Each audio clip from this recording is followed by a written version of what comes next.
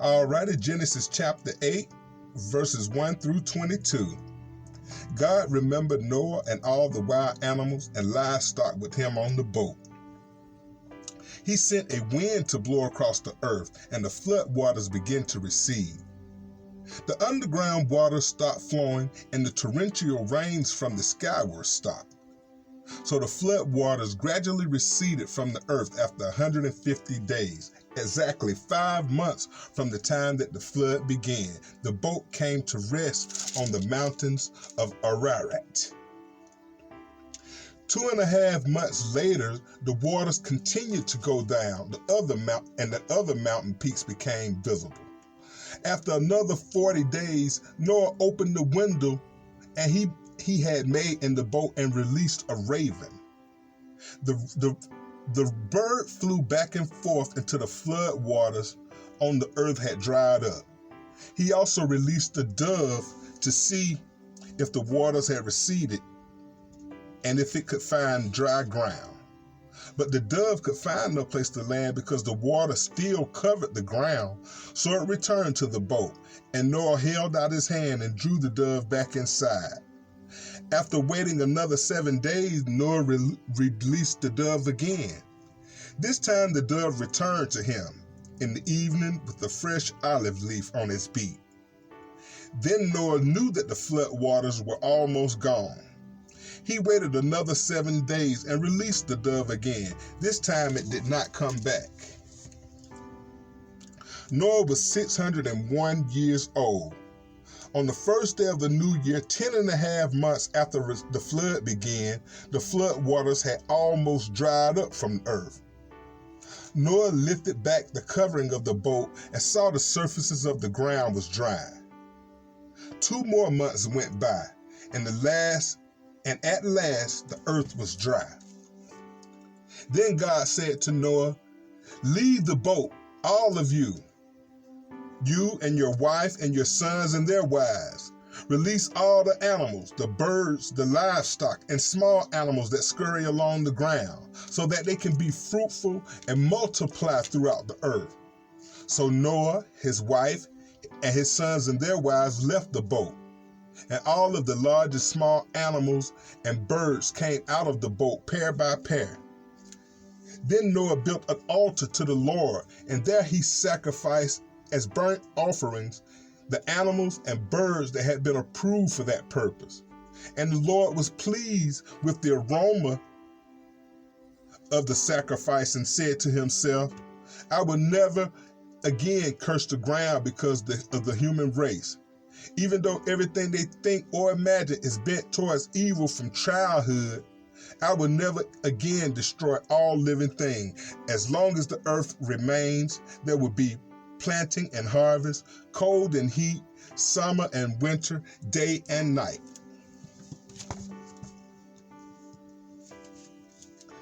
All right, we're going to jump into Genesis chapter 9, verse 1 through 17, where God confirms his covenant.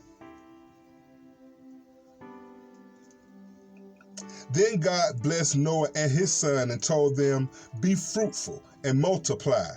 Fill the earth. All the animals on earth and all the birds in the sky and all the small animals that scurry along the ground and all of the fish in the sea will look on to you with fear and terror. I have placed them in your power." I'm sorry. He placed all the fish, all the animals that scurry along the ground, all the birds in the sky. He placed them in your power. I have given them to you for food, just as I have given you grains and vegetables. But you must never eat the meat that still has the life blood in it. And I will require the blood of anyone who takes another person's life. If a wild animal kills a person, it must die. And anyone who murders a fellow human being must die. And if anyone takes a human life, that person's life will also be taken by human hands. For God made human beings in his own image. Now be fruitful and multiply and repopulate the earth. Then God told Noah and his son, I hereby confirm my covenant with you and your descendants, and with all the animals that were on the boat with you, the birds, the livestock, all the wild animals, every living creature on earth. Yes, I am confirming my covenant with you. Never again will the flood waters kill all living creatures. Never again will the floods destroy the earth. Then God said, I am giving you a sign of my covenant with you that I have with all living creatures for all generations to come. I have placed my rainbow in the cloud. It is my sign of my covenant with you and with all of the earth. When I send the clouds over the earth, the rainbows will appear in the clouds. And I will remember my covenant with you and with all living creatures.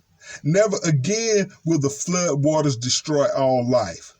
When I see the rainbow in the clouds, I will remember the eternal covenant between God and every living creature on earth.